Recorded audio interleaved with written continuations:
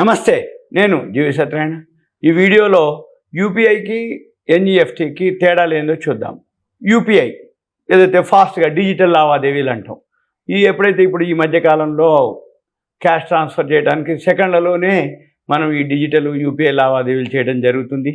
అయితే సంప్రదాయ బ్యాంకింగ్ ఏదైతే ఉందో పాత పద్ధతి ఎన్ఈఎఫ్టీ చెక్కులు కానీ అవి ఫండ్స్ ట్రాన్స్ఫర్ చేయటం కానీ ఇవి జరుగుతూ ఉంటాయి అన్నమాట. అయితే దీంట్లో మనకి రెండు, యూపీఐ అంటే యూనిఫైడ్ పేమెంట్స్ ఇంటర్ఫేస్, ఎన్ఈఎఫ్టీ అంటే నేషనల్ ఎలక్ట్రానిక్స్ ఫండ్స్ ట్రాన్స్ఫర్.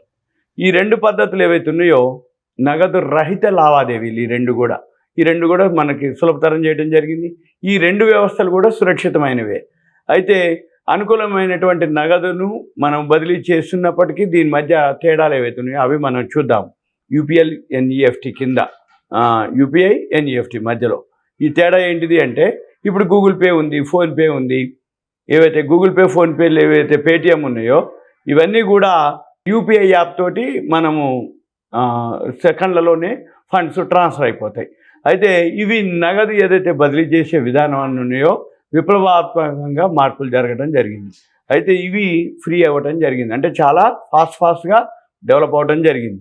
అయితే మనము ఏం చేస్తాం, సులభంగా త్వరితంగా పేమెంట్ తీసుకోవటం కానీ ఇవ్వటం కానీ జరిగేదాన్ని ఈ యూపీఐ మనం సెలెక్ట్ చేసుకోవడం జరిగింది. అది రావడం జరిగింది.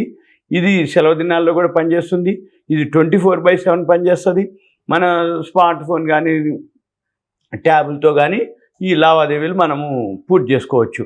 అయితే ఇవి ఎక్కడెక్కడ మనం అన్నిట్లో, రెస్టారెంట్ అనుకోండి, కిరాణం అనుకోండి, లేకపోతే ఏం బట్టలు కొట్టు అనుకోండి, ఎనీ షాప్ ఎక్కడైనా సరే పేమెంట్స్ అంటే నెలవారీ అద్దె చెల్లింపులు కానీ ఏ లావాదేవీలైనా ఇది మనకి సులభతరమైంది, వేగవంతమైంది. అందుకని మనం దీన్ని ఎక్కువ యూజ్ చేస్తున్నాం ఇప్పుడు.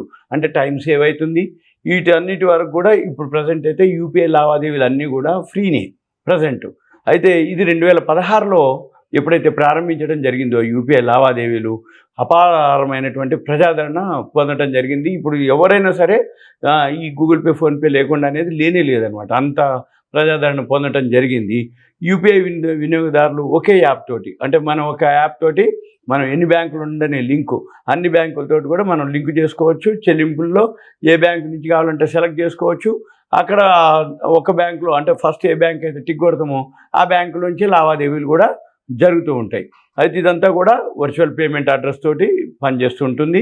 ఇక ఎన్ఈఎఫ్టీకి వచ్చేటప్పటికి నగదు బదిలీ చేయడానికి సాంప్రదాయ పద్ధతి. అయితే ఇది ప్రజాదరణ పొందినటువంటిది. 2005 నుంచి ఇది వాడుకలో ఉంది. అంటే 20 ఏళ్ల నుంచి ఎన్ఈఎఫ్టీ ఏదైతే ఉందో అది అప్పటి నుంచి ఉంది. అయితే ముఖ్యంగా పెద్ద ప్రణాళికాబద్ధమైనటువంటి లావాదేవీలకి ఇది అనుకూలం ఉంటుంది. అంటే చిన్న చిన్న అమౌంట్లన్నీ గూగుల్ పే, ఫోన్పే చేస్తాం, కానీ పెద్ద అమౌంట్ చేసే వాళ్ళంతా కూడా ఎన్ఈఎఫ్టీ ద్వారానే చేస్తారు. అది ఎలా ఉంటుందో చూద్దాం. అయితే ఇది సింపుల్గా ఏదైతే ఎన్ఈఎఫ్టీ ఉందో ఎక్కువ శాతం ఈ బ్యాంకింగ్ సమయాల్లో పనిచేస్తుంది. ప్రతి హాఫ్ అన్ అవర్కి పనిచేస్తుంది. 24/7 కూడా ఇది కూడా పనిచేస్తుంది. అయితే ఇవి తక్షణ చెల్లింపులు కాకుండా కొంచెం లేట్ అవుతుంది. ఒక హాఫ్ అన్ అవర్, 1 అవర్ లోపల మన ఈ ప్రాసెస్ అవ్వడం జరుగుతుంది. అది బ్యాచ్లుగా ఉంటుంది. హాఫ్ అన్ అవర్కో బ్యాచ్ ఉంటుంది. ఆ బ్యాచ్ ద్వారా ఈ ఎన్ఈఎఫ్టీ ఫండ్స్ చేస్తూ ఉంటాం. అయితే ఎన్ఈఎఫ్టీ ఏంటంటే స్మార్ట్ ఫోన్ అవసరం లేదు. ఎన్ఈఎఫ్టీకి మామూలుగా ఇంటర్నెట్ బ్యాంకింగ్ ఉంటే చాలు, అది పనిచేస్తుంది. అయితే మళ్ళీ మనం కావాలి అనుకుంటే మనం మన బ్రాంచ్కి వెళ్ళినా వాళ్ళు కూడా అక్కడైనా మనం తీసుకోవచ్చు. అయితే ఇది మామూలుగా నాలెడ్జ్ లేకపోయినా కానీ బ్యాంక్కి వెళ్తే వాళ్ళు సర్వీస్ ఇస్తారు. మన యొక్క ఫైనాన్షియల్ మ్యాటర్, ఆర్థిక లావాదేవీలు ఏవైతే ఉన్నాయో అవన్నీ కూడా అధికారిక డాక్యుమెంటేషన్ అవుతుందన్నమాట. అది ఉపయోగపడుతుంది. అంటే కన్ఫామ్గా వాళ్ళ బ్యాంక్ అకౌంట్ ఐఎఫ్ఎస్ఐ కోడ్ తోటే ఉంటుంది. కాకపోతే కొంచెం నెమ్మదిగా జరుగుద్ది. అయినా కానీ ఇది గరిష్ట పరిమితి ఉండదు. మళ్ళీ గూగుల్ పేలు, ఫోన్పేలో గరిష్ట పరిమితి ఉంటుంది, దీనికి ఉండదు. అందుకని పెద్ద మొత్తాలు కూడా మనం ఎన్ఈఎఫ్టీ తోటి మనం చేసుకుంటాం. అయితే కొన్ని ఛార్జీలు పడుతూ ఉంటాయి. ఈ ఛార్జీలు చూసుకోవాలి. ఇది కూడా 24/7 ఉంటుంది. కాకపోతే అరగంట వ్యత్యాసంతో అవి ప్రాసెస్ అవుతూ ఉంటాయి. యూపీఐకి దీనికి తేడా చూద్దాం. ఎన్ఈఎఫ్టీకి యూపీఐకి.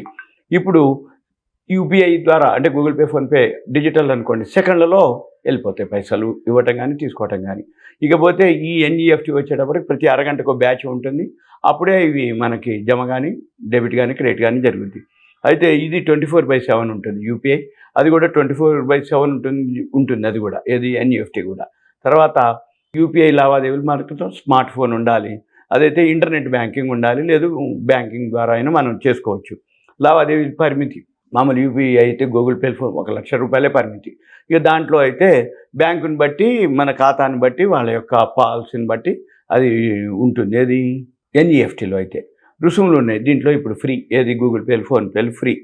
అయితే దాంట్లో లావాదేవీని బట్టి వాళ్ళు ఛార్జెస్ కలెక్ట్ చేయడం జరుగుతుంది.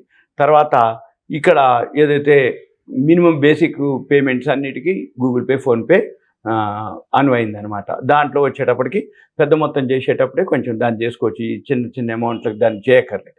తర్వాత ఇది యాప్ బేస్డ్తో ఉంటుంది. ఏది గూగుల్ పే కానీ, ఫోన్పే కానీ మనం ఏదైతే ఉందో యాప్ బేస్డ్ తోటి పనిచేస్తుంది. అదో నెట్ బ్యాంకింగ్ ఉండాలి. ఏది ఎన్ఈఎఫ్టీకి అయితే.